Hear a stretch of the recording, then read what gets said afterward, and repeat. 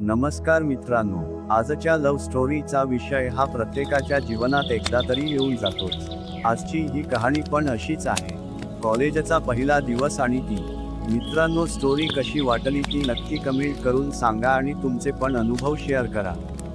कॉलेजचा पहिला दिवस नेहमीच खास असतो। तो दिवस जेव्हा आपण आपलं शाळेतलं जगणं मागे टाकून एका नवीन जगात प्रवेश करतो।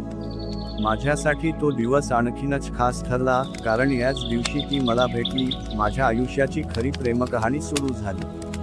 पहिल्या दिवशी मी थोडासा घाबरलो होतो, कारण नवीन कॉलेज, नवीन चेहरे, नवीन मित्रमंडळी, सगळं काही अपरिचित होतं। माझ्या वर्गात शिरतानाच एक गडबड होती। प्रत्येक जण आपापल्या ओळखीचे ग्रुप बनवत होता। मी एकटा होतो, पण मग मी ठरवलं, आपण थोडं धीर करून सगळ्यांशी बोलायचं। वर्गात एका कोपऱ्यात जागा घेतली आणि मग ती दिसली। ती साधी, शांत, पण नजरेत वेगळा करिश्मा असलेली। तिने पांढऱ्या रंगाचा सलवार कमीज घातला होता, सोबत पाठीवर एक साधा बॅग। तिचे केस मोकळे होते आणि चेहऱ्यावर अगदी निरागस हास्य। ती वर्गात शिरली आणि अगदी जवळ बसायला आली। माझं लक्ष काही सेकंदांसाठी पूर्णपणे तिच्यावरच ठिकाण झालं होतं। पहिल्याच दिवशी मी तिचं नाव विचारण्याचं धाडस केलं।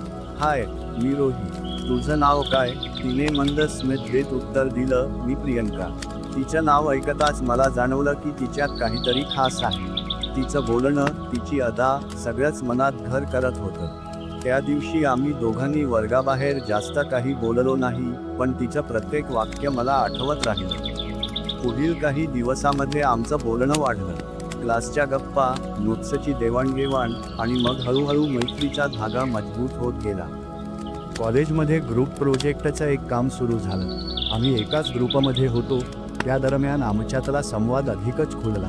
प्रोजेक्टसाठी अभ्यास करताना ती कधी खूप सिरियस होत असे, तर मी तिची खिल्ली उडवत तिला हसवायचो।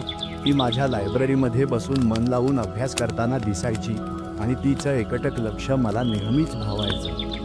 एका दिवशी आम्ही प्रोजेक्टवर चर्चा करत होतो आणि मला काहीतरी समजावून सांगताना तिने माझ्या हातावर हलकासा हात ठेवला। माझ्या अंगातून जणू विजेचा झटका गेला। मला कळून चुकलं की मी तिच्या प्रेमात पडलोय। एक दिवस मी ठरवलं, तिला माझ्या मनातलं सांगायला हवं। मी तिला कॉलेज नंतर भेटायला विचारलं। ती हो म्हणाली आणि आम्ही एका कॅफेमध्ये भेटलो।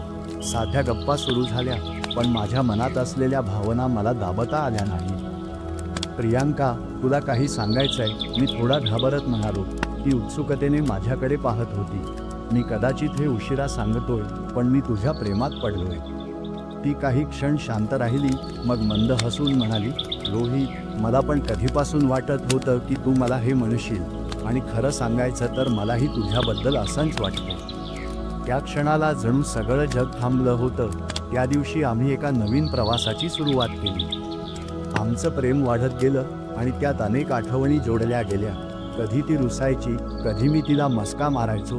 तिचं आवडतं पुस्तक शोधून तिला गिफ्ट देणं, तिच्या आवडीचा पावसात भिजणं, हे सगळं खूप खास होतं। तिच्या वाढदिवशी तिला एक छोटंसं ग्रीटिंग कार्ड दिलं, ज्यावर मी आमच्या प्रेमकहाणीबद्दल लिहिलं होतं। तिला ते खूप आवडलं आणि तिच्या डोळ्यात अश्रू आले। ती म्हणाली, रोहित, तू माझ्या आयुष्यातला सर्वात चांगला माणूस आहेस। आजही मी तीच प्रियांका आठवतो, माझ्या कॉलेजच्या दिवसांची आठवण करून देणारी ती गोड मुलगी। तिच्यासोबत प्रत्येक क्षण खास होता आणि आज आम्ही एकत्र आयुष्याच्या प्रवासात पुढे जात आहोत। ती फक्त माझी गर्लफ्रेंड नाही, तर माझी सर्वात चांगली मैत्रीण आणि साथीदार आहे।